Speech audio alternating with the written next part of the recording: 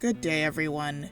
We are gathered here today to talk about our original characters. They served us during boredom, for the art trade, and for the stories that never made it to Wattpad, DeviantArt, or God forbid AO3. I'll always remember the time I spent with these OCs. The impact that they had on my life was profound. They taught us how to draw and how to write. You'll be deeply missed, but never forgotten. Rest in peace to all our dead OCs. And that's the topic of today's video. Let's talk about our dead OCs. Yes, I said our, because I know I'm not alone on this one. We'll discuss mainly when you stop drawing an OC and the various reasons, especially if they're boring, forgotten, or simply cringeworthy. This video is dedicated to all those types of OCs.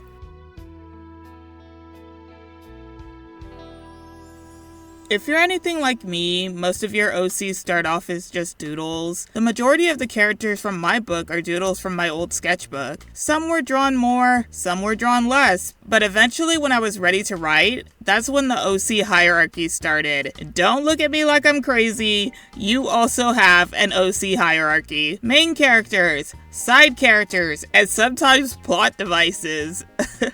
All OCs are not created equal, no. You know, honestly, I think of the main character, Gioni. She still baffles me because she literally was not the main character, like at all. It was actually this chick named Chio. Chio is now named Nohemi, so I'm gonna use those names interchangeably. Is that a word? These two fought for the top spot, and at the end, Gioni got the role as protagonist, while Chio Nohemi was relegated to a side character and mini antagonist. As Chio became boring to draw, Gioni became way more fun to draw, especially in terms of expressions and hairstyles. You know the plot to Toy Story? Literally, I feel like this is how we treat our OCs sometimes. We find someone more fun to draw, so then we kinda abandon the boring one. Gioni is Buzz Lightyear and Chio is frickin' Woody. I don't want to play with you anymore. But Chio is not really dead, she just lost the spotlight. And since she's so far down the story, like currently in book 2, she's kinda dead until I revive her officially. Nohemi, aka Chio, Kevin, and James are kinda like dead OCs because they're the unlockable characters. Like, if Trifold were a video game, don't talk about how it's a video game, these guys are unplayable. I can't talk about them. I can't draw them. I can't do anything because they'd spoil the story. Please tell me I'm not the only one with like unlockable OCs. They're basically zombies, kinda dead, kinda alive. But let's not talk about the dead and resurrected characters. How about OCs so dead that you haven't drawn them in like years? Oh, I got a couple of those. Let me set the scene.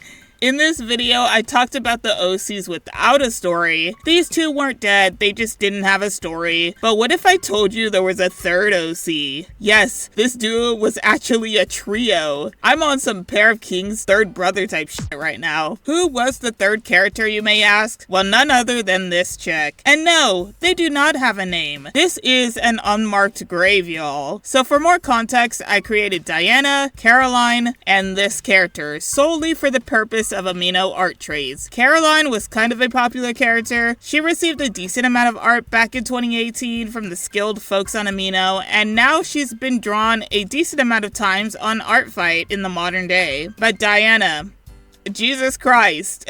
She was dominant then, back in 2018, everyone wanted to draw her, and she's still dominant now. People still like this design all these years later. Anyways, I'll link the art fight accounts below. All these artists are just amazing. But yeah, during our trade on Amino, people drew Caroline, people drew Diana, but no one wanted to draw this chick.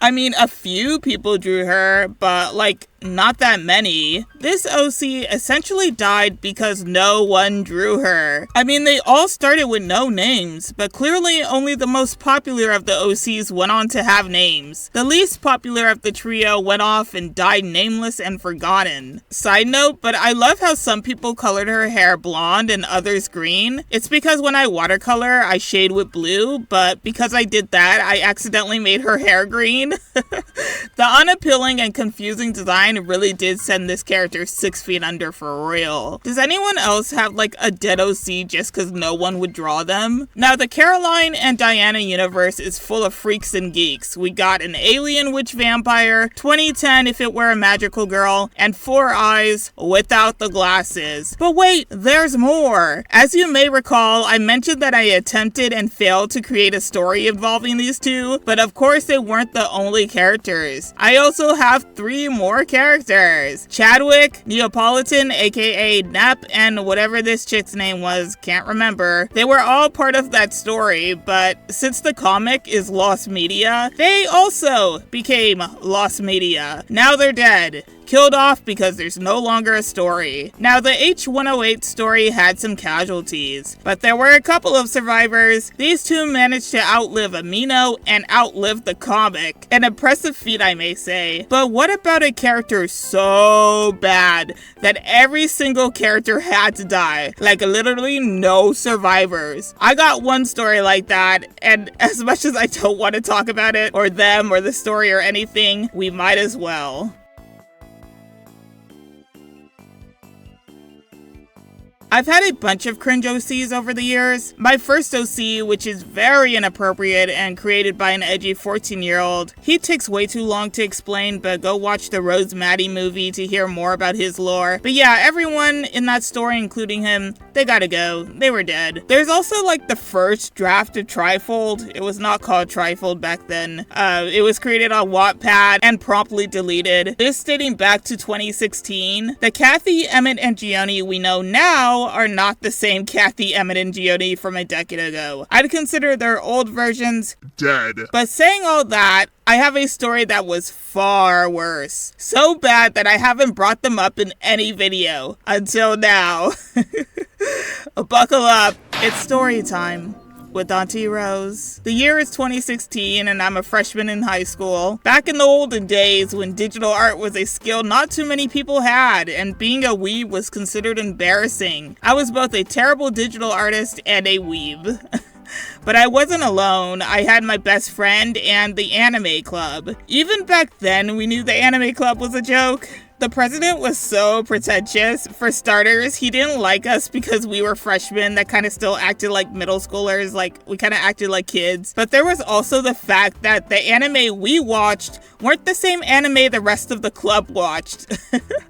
Like, while they were getting into sports anime, I can't remember, but it had something to do with, like, volleyball. He didn't like us, because I specifically watched rom-com anime, specifically Ouran High School and School Rumble, and my friend's tastes were too mainstream. She liked Psyche K and Attack on Titan. We just didn't fit in. Plus, he hated how we pronounced manga. Back then, we said manga.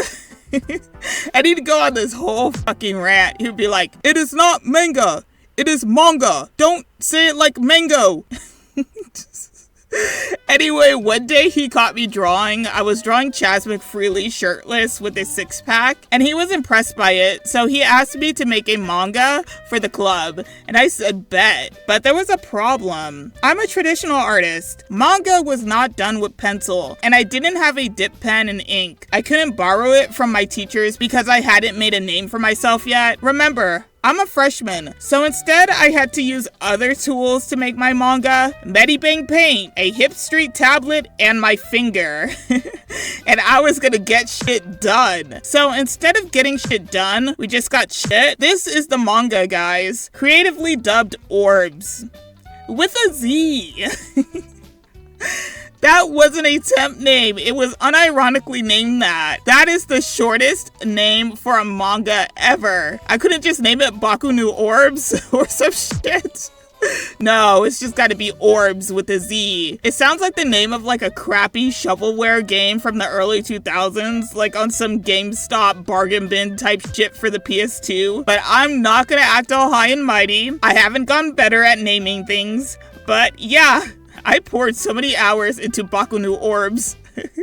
I totally stole the Soul Eater art style too while making it. So I printed it out on the school library printers and showed it to the president. He read it and I stood there watching. This dude went through 50 different emotions and none of them were positive. He handed it back to me and said it was nice. But you know that thing when someone's face doesn't match their words? That was the president. He was clearly not a fan of Orb's GT Grand Tour. I think what really pissed him off was the fact that it was read from left to right and not the standard right to left. When he asked that question before reading and I answered that, oh no, it's left to right, the whole experience was soured from there. Like, we got off on a bad foot. But okay, let's take a look at Orb's Shippuden and see what made it so bad. Obviously, let's not avoid the elephant in the room, the art and the quality. I was decent at static poses, but when it came to making like action poses, things got all noodly and long and lanky. And then, of course, the random Japanese characters placed everywhere. Instead of using hiragana or katakana, I was out here using kanji. Of course, not even the weebest of all weebs could read that. I can't even read it. I don't even know what it says to this day. Like, if anyone here could read that, I'll pin your comment. But yeah, not only do we have kanji, but we have Hangul here for some reason. Don't ask me why, I don't know either. I have zero affiliations with it anymore. I have cut ties. The icing on the cake would be this page, Le Gasp. I would say it was peak comedy, but it wasn't even funny back then. I could read this manga. Not manga, it does not deserve to be called manga. I could read this manga on a YouTube short, but for now, let's march on. After I learned that I created a monstrosity among men, I quietly killed off these characters. No more Cody, no more Kira, and no more Derek. And we didn't even get to meet like the water alien chick. Consider that a spawn kill. All these characters had to go because the cringe was too strong. I mean, I can laugh about it now, almost a decade later, but poor 15-year-old me. I retroactively stopped drawing these OCs because someone wasn't impressed by them or my story. I want to know if anyone else got rid of OCs just because someone judged them. It's crazy, but it happens since art can be so personal yet so public at the same time. Also, a random shout out to Medibang Paint. The fact that they stored my drawings on their servers for 9 damn years is impressive. I mean, I found this other comic, The Ghost Host, which is a fire title. It's so fire that I'm sure someone has taken it, but yeah, we got one page. After stealing someone else's images, making it grayscale, and adding one text bubble, I must have gotten tired. All in a day's work, I suppose. Then we have something here called OCs. Who are you people? I don't even know who these characters are. I don't know their names. Talk about some dead OCs. I have never seen these people before a day in my life. And I would have never remembered them if I hadn't stumbled across the cloud file. How many OCs are out there that we have drawn and simply don't remember? Neglecting them, therefore making them dead. Dead because even if I just learned about these two, they're not invited to Trifold. And they're definitely not invited to Joe 3L. And I know what you're thinking. No, these are not Brandon and Gioni. I can recognize their faces no matter how old the drawing is. I assure you, these are like their second cousins or something. Nah, I think this dude is just related to Fry. Also, I love how this dude falls into the infamous redhead and green trope. Gotta remember your tropes, folks. But hey, I'm gonna even bring my unknown gotcha OCs into this. These were also from 2016. Now I know we all got dead gotcha OCs. This is the last known photo of these three. I swear. I remember showing this to Koispec a couple of months ago, and they made this drawing. And then theorized that it was potentially Gioni, Kathy, and Emmett. And now with the evidence, I think I created these guys in Gotcha. My main OCs are potentially, allegedly, from Gotcha. I can't anymore, guys. I can't. But yeah, that's the OC graveyard. Let's hold a short vigil for my dead OCs and your dead OCs. Okay, well, except you. You could stay. But for the rest of you, y'all gotta go 6 feet under. While they're getting buried, let's hold a tribute to the characters who will never be drawn again. Let's honor and celebrate the life, achievements, and legacies of these OCs.